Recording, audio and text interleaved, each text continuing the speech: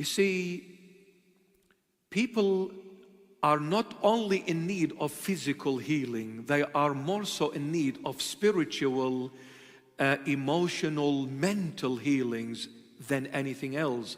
In fact, when our spirit is healed, our body will be healed automatically. When emotionally we are healed, mentally we are healed, physically we will be healed. Stress, depression is the cause of so many physical illnesses, my beloveds. When I bring the word of encouragement, and there is no greater word of encouragement than the word of our Lord and Savior Jesus Christ, the Holy Bible.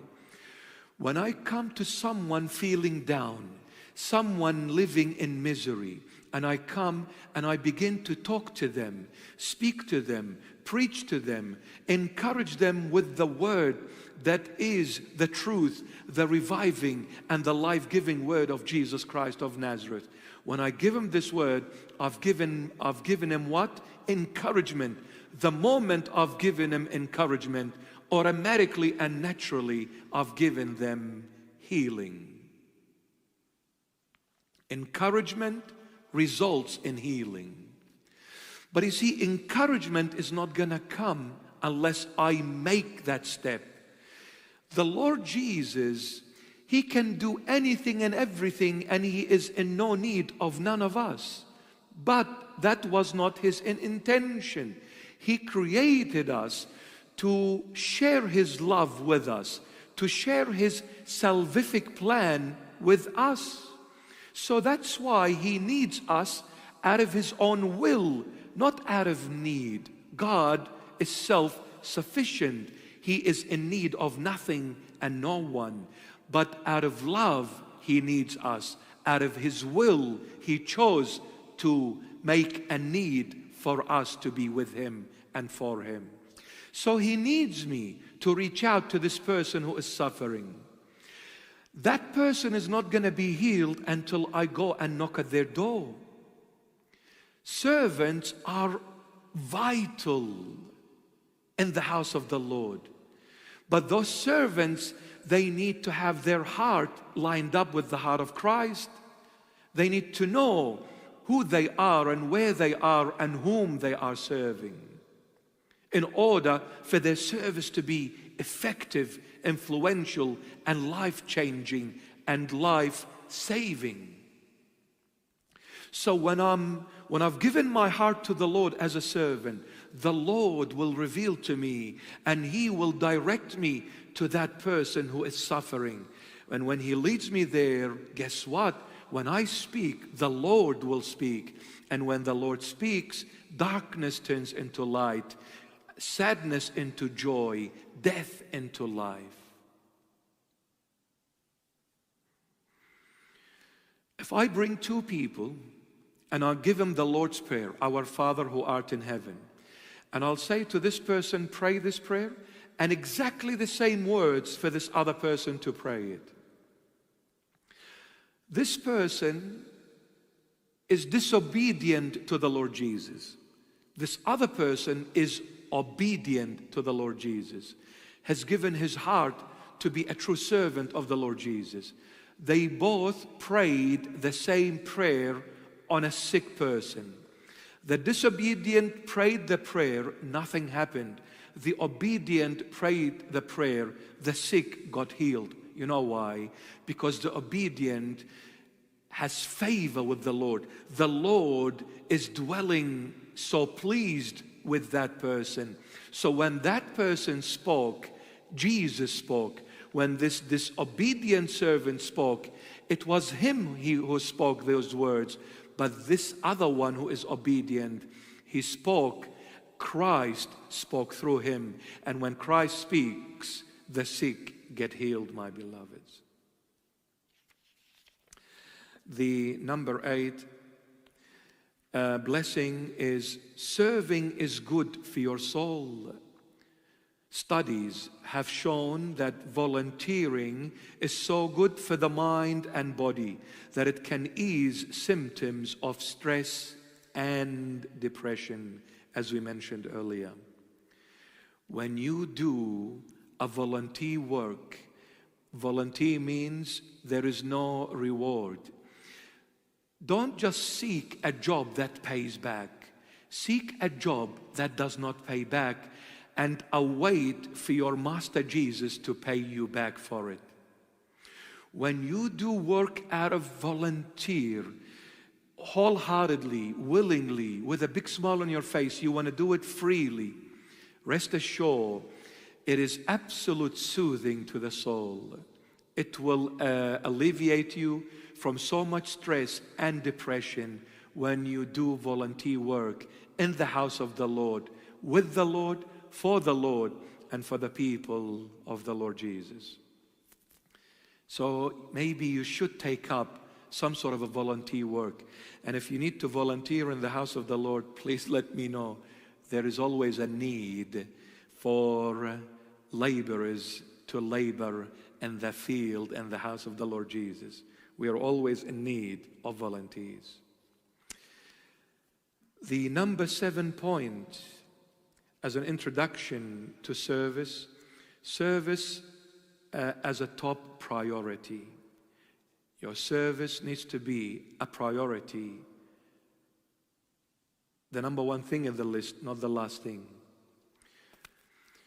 If we serve, then service must be a top priority in our life. We must give with all of our heart, without any limits. If we live according to the world, our priorities will be very different.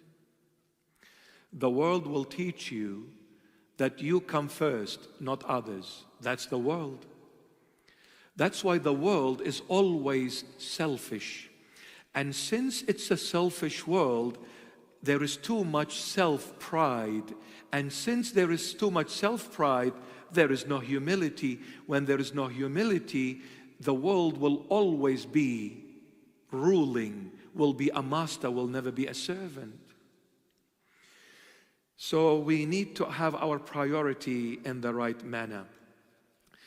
In the Epistle of St. John the Beloved, 1 John 2:15, love not the world, neither the things that are in the world. If any man loves the world, the love of the Father is not in him. If any man loves the world, the love of the Father is not in him, because the love of the Father is totally opposite to the love of the world. These two are enemies. The world is darkness. The Father is all light. There is no connection. There is no unity between light and darkness. It is either light or darkness. So if you love the world, you cannot love God and serve God and the people of God. So we need to walk away from the world. Example, St. Paul says, through the Holy Spirit, St. Paul spread Christianity all over the world with faith and became the greatest missionary who ever lived. Through the Holy Spirit, St. Paul spread Christianity all over the world with faith and became the greatest missionary who ever lived. Priority. If you are coming to serve the Lord, you need to make that number 1 in your life. Another point. St. Paul traveled and preached St. Paul traveled and reached everybody in order to deliver the word without limits. Home or family. He reached everyone without any limits. He went every home, every family, individual, wherever they are, whoever they were and what color, race, and background they came from. He reached everyone. In 2 Corinthians 11:23, he had, in labors more abundant, in stripes above measure, in prisons more frequent, in deaths often. My goodness.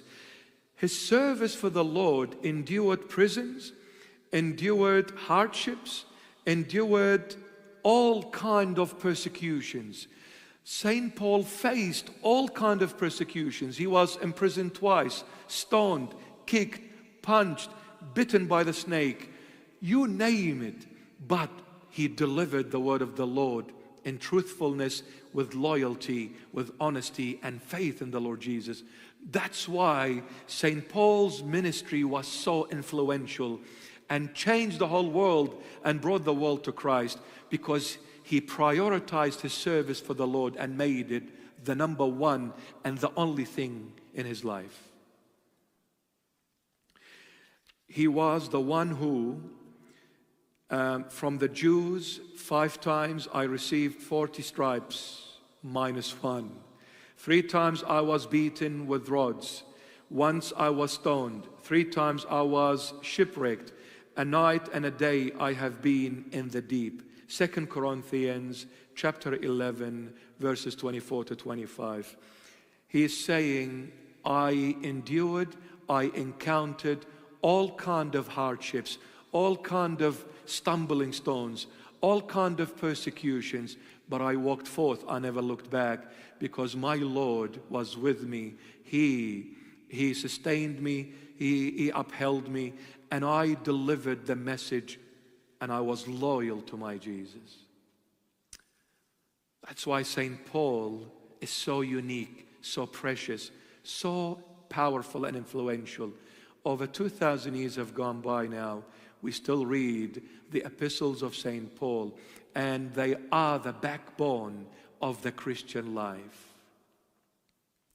When you read the Gospels, Matthew, Mark, Luke, and John, they teach you what the Lord Jesus said, what the Lord Jesus did.